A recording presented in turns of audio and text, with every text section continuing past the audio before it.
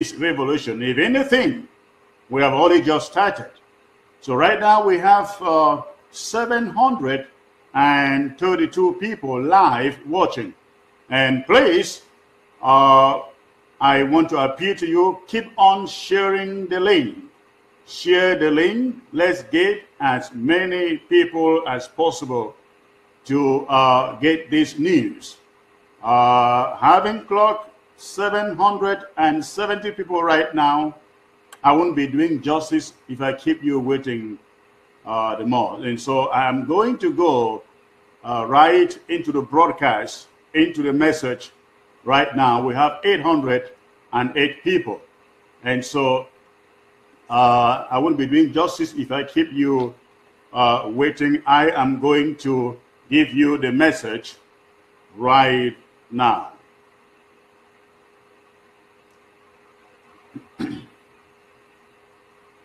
Again, please, as you watch, keep on sharing the link. Keep on sharing the link. Share it on your Facebook, Twitter, and so on. Fellow Ambazonians, on Monday, January 29, Cameroon's Minister for Communications, Issa Chiroma, hosted a press conference in which he announced the arrival in Yaounde of the abducted leaders,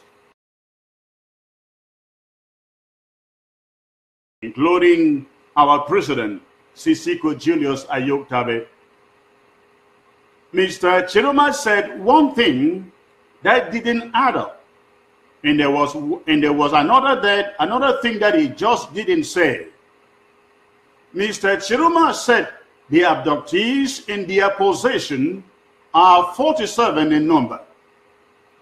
He didn't read their names. Neither did he present any photo evidence of them in his press conference or their arrival in Yaounde.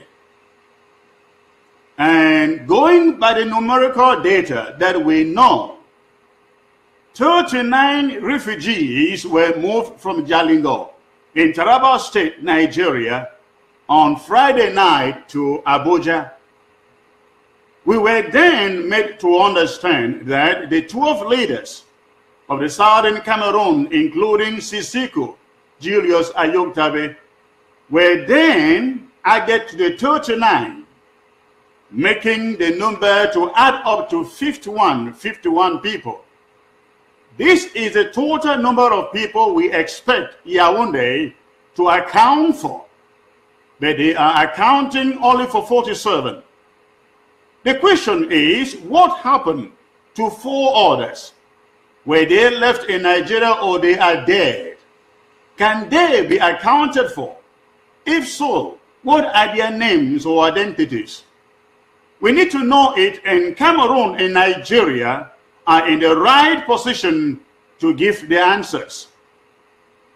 The very fact that Issa Chiroma would say they brought in 47 people all the way from Nigeria to Yaounde, but cannot prove any existence by means of video footage of them, nor release a list of their names, beg for answers as to whether the people are actually still alive and indeed in their keeping in Yaounde. We, as the interim government of Ambazonia, challenge the government of La République du Cameroon to present actual proof and not mere statements that our leaders are in their keeping and that they are alive. We are begging to question the account we have received from the United Nations High Commission in Nigeria. There is no doubt in my mind that the United Nations High Commission for Refugees in Nigeria was given permission to meet with a certain group of detainees in Abuja on Thursday, January 18. But those detainees were actually the 12 leaders of the southern Cameroons is now very much in question. Is it possible that Nigeria managed the situation by presenting the UNHCR officials with state detainees. How come that UNHCR officials visited them and there was no photo shot or footage proof of the people? It is now 1 month that our leaders were abducted by Nigerian authorities. As of today, they have failed to make a single official statement acknowledging the action, and they have also not allowed visitation to them. Last Monday, the Republic of Cameroon said they now have our leaders with them, but won't show us any evidence. In the 21st century, you do not abduct people, move them from one country to another, and hold them incommunicado without access to family and lawyers. It is very unfair and unfortunate that a civilized world is allowing this to go unchecked. That Cameroon and Nigeria cannot present hard evidence to the effect that our leaders are in Nigeria or in Yaounde, begs for every international body, including human rights groups, to be descending on Cameroon and Nigeria to prove the actual existence of our abductees. They have to prove that they are alive. We are giving Cameroonian authorities, since they have confessed that they have the people in their keeping, until Monday, February 5th, to provide hard evidence that our abducted leaders, including Sisiko, are indeed in their keeping and alive. If after Monday, February 5th, we cannot see that evidence of life, we will assume here at the interim government that they are all dead and that they do not exist in Yaounde. And should it come to that, we will hold both the Cameroon and Nigerian governments accountable. And Rwanda, let me state it again, Rwanda will be a mockery of what will happen in Cameroon if our leaders cannot be accounted for. We have an appeal to make to every Southern Cameroonian watching. Please keep enough food and water in your house every day, every given day. Number two, Nigerians are not our enemy. They are our brothers and sisters. They should never be attacked. Never. Their government is the problem.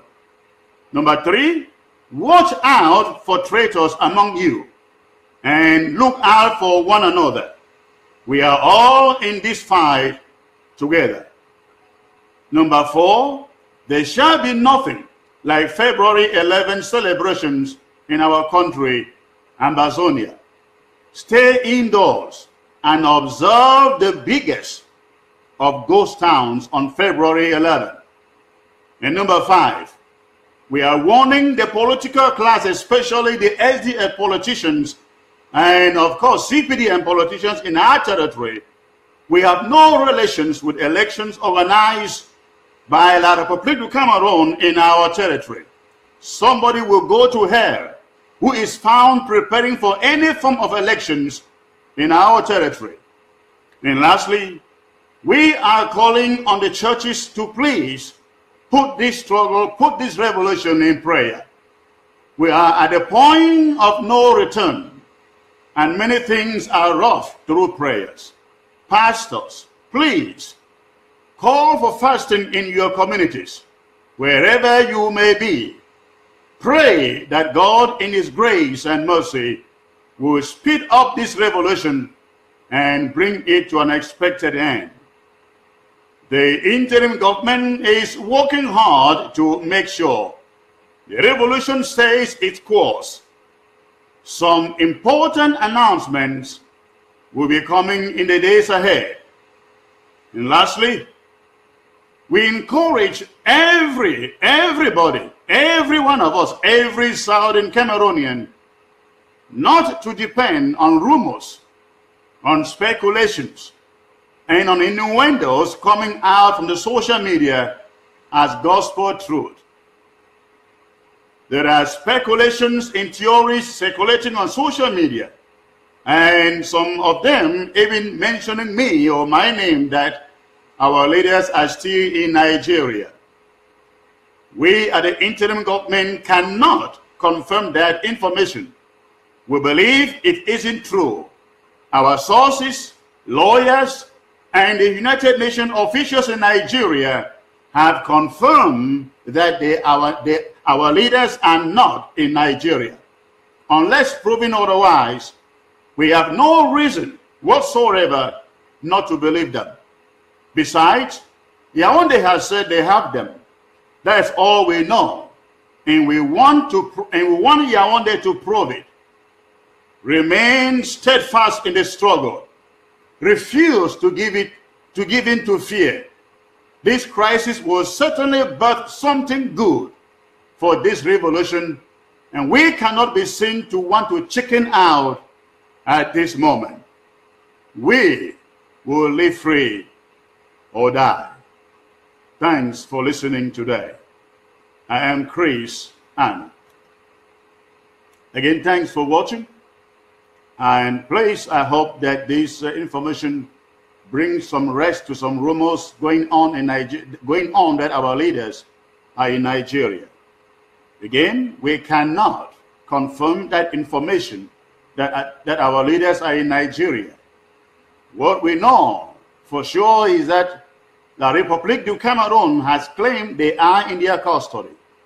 And what we have done is giving them an ultimatum up to Monday to produce them to be seen. If they cannot be seen by Monday, as I stated, Rwanda will be a mockery. What happened in Rwanda will be a mockery of what is coming to Cameroon. In a few days, I will be coming back to you to enlighten you, to inform you and update you of what the interim government is doing in this situation.